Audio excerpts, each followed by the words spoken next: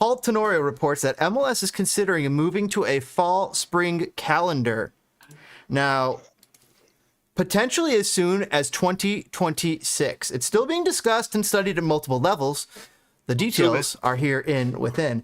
So this is from Paul Tenorio, courtesy of the New York Times. Major League Soccer is considering the overhaul of its calendar, flipping to a fall-spring season with breaks in the summer and winter. Multiple sources briefed on the league's discussions tell The Athletic.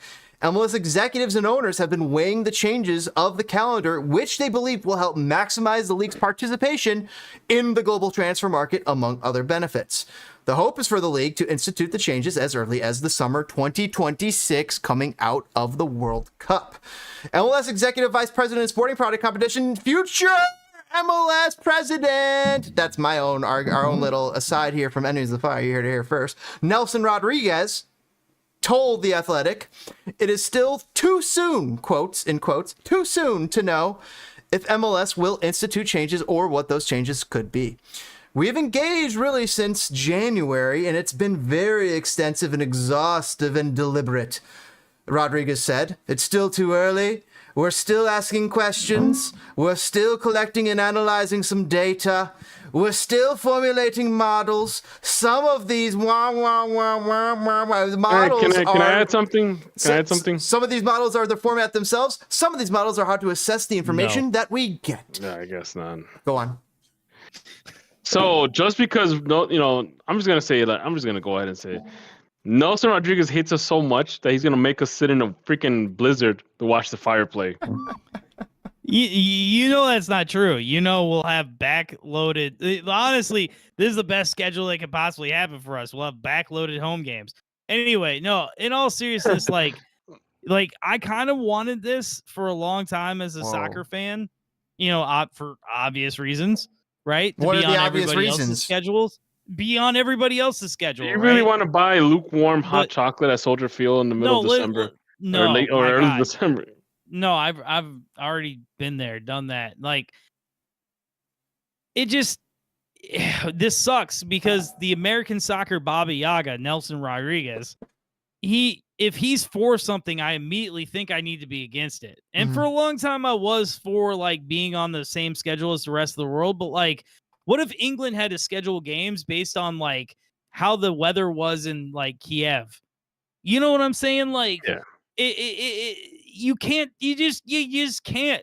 We vary so much in temperature and weather that it just can't. And honestly, for America, MLS is growing every year, not nearly as fast as any of us think it can if we were to get rid of the salary cap. But eventually it's going to overtake baseball. It really is. It's just really building like that. And this is the perfect time because you know what? Everybody loves their throw ball here in the States. And it's get out of the fucking way. Let me dig in more to this. And could you imagine playing against NBA? Could you imagine I gotta try and go to the Fire game. Stop right there. Let me dig into this because what you're talking about is exactly what they're talking about. A change would certainly impact MLS's competition in the American sports calendar. The MLS Cup playoffs, which started this week, are up against the MLB playoffs, college football, and the NFL, as well as the NBA, college basketball, and the NHL regular seasons all getting underway. Under the new calendar, the playoffs would likely be played in April and May, with most of the competition coming from the Stanley Cup playoffs and the start of the MLB season. Maybe a little bit. No, that's not NBA playoffs there. That'll be June. And here's a little picture of how it breaks down that they're imagining, right? Here's the week of October of right now. NFL, baseball, NHL, basketball all on Sunday. NFL, NHL Monday. And NBA, NHL, MLS, NCAA football on Tuesday. Look at this. This is crazy. It's so jam-packed. MLS is holding group meetings with sporting directors, chief business officers, and owners at this time. Rodriguez said that the league has done extensive fan polling and, quote, we're going back into the field with another fan survey, quote, to prove what we need to prove, unquote. The league is also planning, I added that last part. The league is also planning to have fan and player focus groups to gauge interest and hear concerns about changes, because this is how Nelson Rodriguez operates. And he also says, quote, this impacts the entire ecosystem, according to Rodriguez. So why make the changes?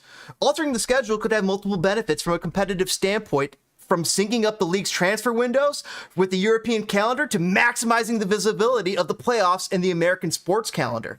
The vast majority of global transfer business is done in the summer window.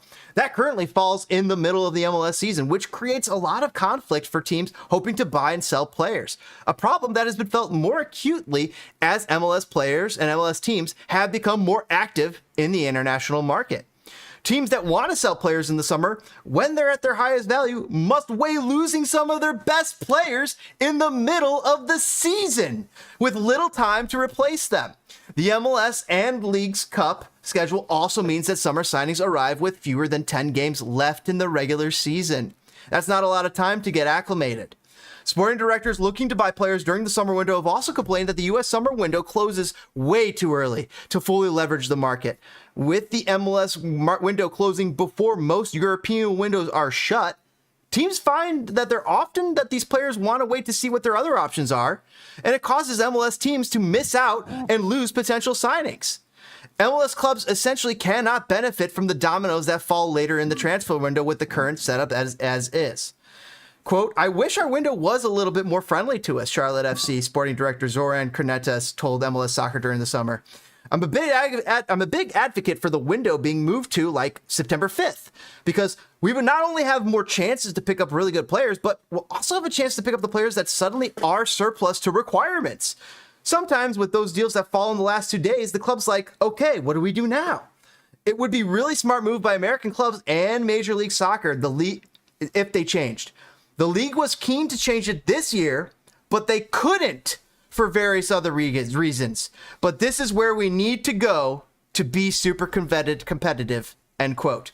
While the transfer window is determined by the Canadian Soccer Association and U.S. Soccer, not MLS, a move to the fall spring schedule could help alleviate some of those issues. Okay. I apologize, but I'm going to jump in right now and give my 2 cents, which wasn't asked for. I love it. Bring it. I'll say this. Personally, the ability to fill the stadiums will always outrank the TV, despite TV being more important, because if it looks lame on TV, ain't nobody going to watch it. Right? So I feel like this. Like I said, I came to the league as a person who cared, who wanted to who wants us on the same schedule, because I wanted signings. I wanted it all to work.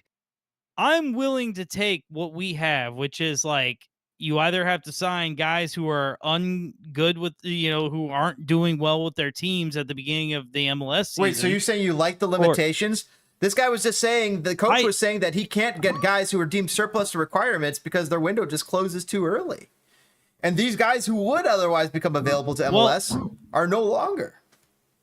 I mean, honestly, I feel like it's more important to have games with full stadiums, or else nothing, like, it will not. Well, don't you fill those stadiums with having quality players on the pitch? You do, but like, listen, I mean, I listen. I know this is anecdotal, but I'll put it this way. For MLS to survive and for MLS to thrive, it needs something the NFL has. And you know what the NFL has that other leagues don't? People who don't know anything who give a shit. People who don't know anything about anything. Like my fiance just will be like, oh, the Bears won? Cool. She knows nothing of nothing. She doesn't, it's all sports ball to her. Like, perfect example. We went to a game earlier this season. It was the one where they gave away the baseball jersey. So we went into the stadium mad early. And literally 45 minutes before kickoff, we're in the stadium. We got our little baseball jerseys on. She goes, if you don't go buy me a blanket right now, I'm leaving. Like, you're not going to be mad at me if I go home, right? And that was 45 minutes before the game. Meaning, like, the weather was so I bought the blanket, and it's awesome, by the way. It's on my couch right now. But anyway, like, meaning that, like, she was gonna bounce because it was so cold. And, like, that was already on this schedule where supposedly we have summer games. Now, I don't know if you guys remember, but June, July, and August, we had like 5 games over 3 months. You know what I mean? Like that's what sucks, is because Soldier Field is used for concerts and yada yada. Like, so if we were on the winter schedule, when is Chicago going to get home games? Either like front loaded at the beginning and loaded at the end. Nothing in the middle. Like, it just, America does not work with the global soccer calendar. And guess who else doesn't do it? Mexico. Can I talk Guess about who how else the doesn't schedule do it? Brazil. Can I talk about how the schedule would change? So, because we don't necessarily know that yet. But so with these changes, the MLS season would begin, like most European leagues, in early August. The first portion of the schedule would run through mid-December, kind of like NFL, before taking a winter break, likely around 5 weeks long. The season would then resume in early February and run through spring, with MLS Cup late in May. February in Chicago is garbage. It is. Well, so you'd have to schedule Southern games. Keep in mind, a lot of our home openers always started in March. Our season starts in March. So I have sat through those cold nights in the spring. I've actually gone to Fire games where, hey, there's still frost, there's still ice on the floor. Mm-hmm. I mean, I agree with you. I mean, it is too cold to be playing, to be sitting at Soldier Field in front of February. the lake. And in front of the lakefront in early February to sit up to watch a Fire game. Now, granted, move it to Lincoln Yards. If they figure out a way to schedule all these cold weather teams down south for the first month or so, and then during the middle of the season, bring it back up north a little bit. Yeah, but is that competitively balanced? Because like either the southern teams either rack up points or they struggle out the gate, and then all of a sudden they're done for the rest of the season. That's a good point.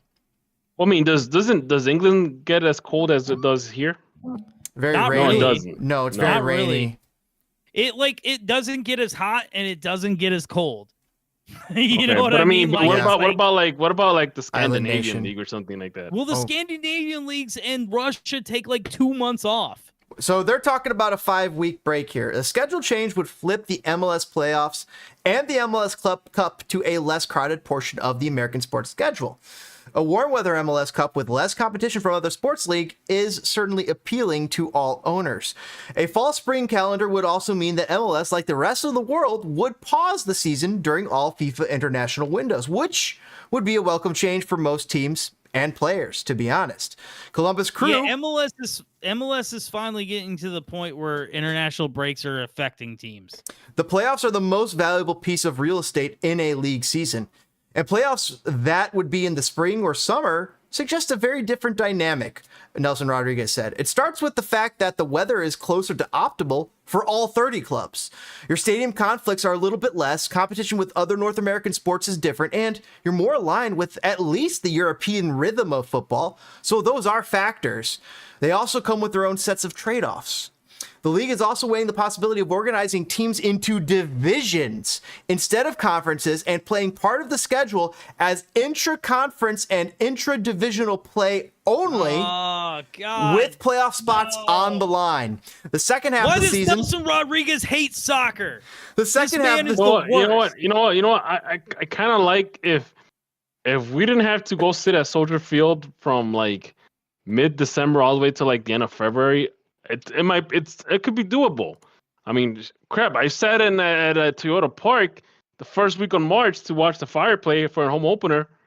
So, I mean, if you take off January, if you take off most of February, it's doable.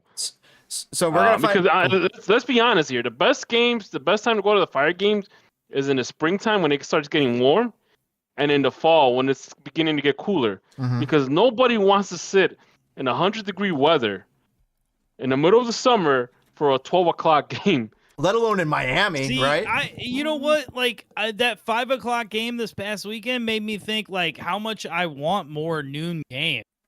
Like, remember the wing game? You get noon October games. You'd be getting them with this schedule. I will like those kind of games. Just not in the summer.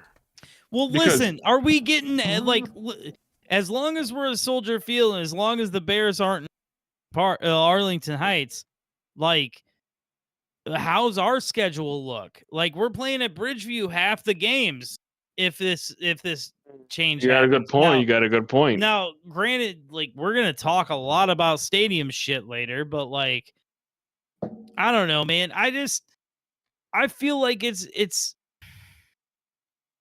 I personally feel like there isn't, you know, I've come to the realization long ago that it just isn't possible for American soccer to be the exact same as European. It just isn't. And that's okay. Yeah, so I mean that's fine, but the owners money talks, and the money talks bigger when they have when they change this system. I'll tell you what, you go up against football more than you go up against baseball, and you're gonna lose money. Interesting. So the second half of the season would then help determine the full playoff seeding and spots with this suggested system. The MLS Players Association will play a crucial role in these discussions, and Rodriguez said the league is working with the MLSPA to ensure it gets player feedback. The league will need player sign-off on any schedule changes, especially because the collective bargaining agreement requires that each player is entitled to 6 weeks of vacation per year, with 5 consecutive weeks of vacation time required. So well, now wait, hold on. Does that count like a January break? I think quote so. Unquote, or does that like that's not enough time? That wouldn't be enough time because they need 5 consecutive weeks, right? Well, I mean, yeah, I guess. Are they really gonna go on vacation in January in the middle of a season? That's when you go to Florida That's the perfect or time. Hawaii. That's the perfect time to go to Barbados. Would you no? But I mean, either that, or go or wait till the summer to go take your actual vacation, or go skiing. Because keep in mind, I mean, I'm sure. Don't get a summer break. It's way better. Yeah, I'm sure once these guys go on vacation, the players are like, summer break? Sign me up. Are you kidding me? I'm reminded again where, like, I saw a tweet not too long ago where it was like, your rich friend will look you dead in the eye and ask you if you ski. All right, let me finish this. We're almost done with this amazing article by Paul Tenorio. And we're going to cover real quick. What are the drawbacks? Well, that right there's a drawback. What we're looking at right now. Right there. No, what are the drawbacks? I love the orange ball. The league would no longer. The league, not so much the game itself. It's just sitting through it. That's the drawback. Word. So the league would no longer play from around June 1st through July 15th, and it would replace those weeks of games with games from early November through mid-December. That might be welcomed by fans of cities like Dallas, Orlando, Miami, Houston, and Austin, but it would be difficult for markets like Toronto, Chicago, Minnesota, Salt Lake City, Montreal, and New England, which see the summer months as their most attractive and profitable weeks of the season, typically. Sources involved in and briefed on discussions said that there has been concern about a potential calendar change from certain MLS stakeholders that play in the colder markets. The league hopes to gain more insight by surveying fans in different markets to determine whether they would go to games played in winter months, especially in those markets most impacted by the weather. Yeah, nothing says watching an MLS game in February like a polar vortex. Which tickets? I gotta say, I'm so shocked. I used to be the guy who couldn't wait for us to get on the international calendar. And now I'm the guy who's like, nah, dog. You know why? Because you're a season ticket holder now. Let me finish. Yeah. You're not wrong. It's true. That changes how you feel about it. While ticket sales would likely be impacted, there are also other logistical issues to consider, including the impact on training environments.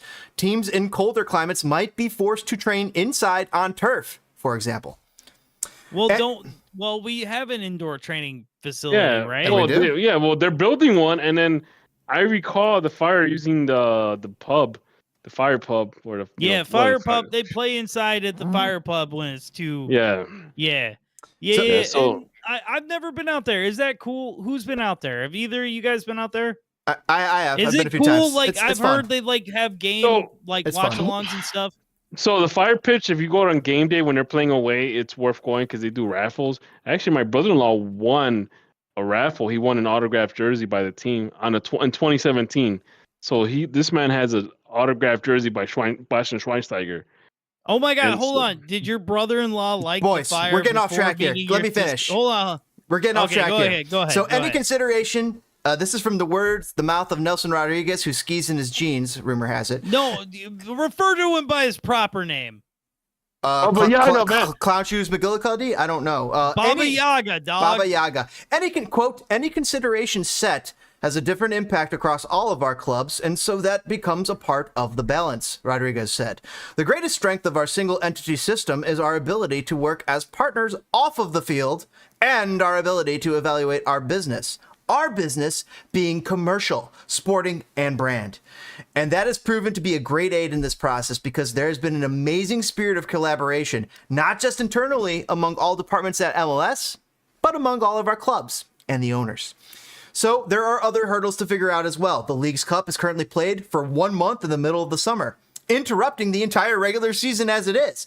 MLS is weighing different formats and timing for the Leagues Cups that would fit into this new calendar, including potentially playing in the tournament in January and February with teams in pods in warmer weather locales like California, Texas, and Florida. No, So thank you. Is the fire going to buy us a plane ticket to go? Doubtful. The league would also have to determine how the U.S. Open Cup and Canadian Championship fits into the new calendar, though MLS pulled back its participation in the U.S. Open Cup, so this almost doesn't matter.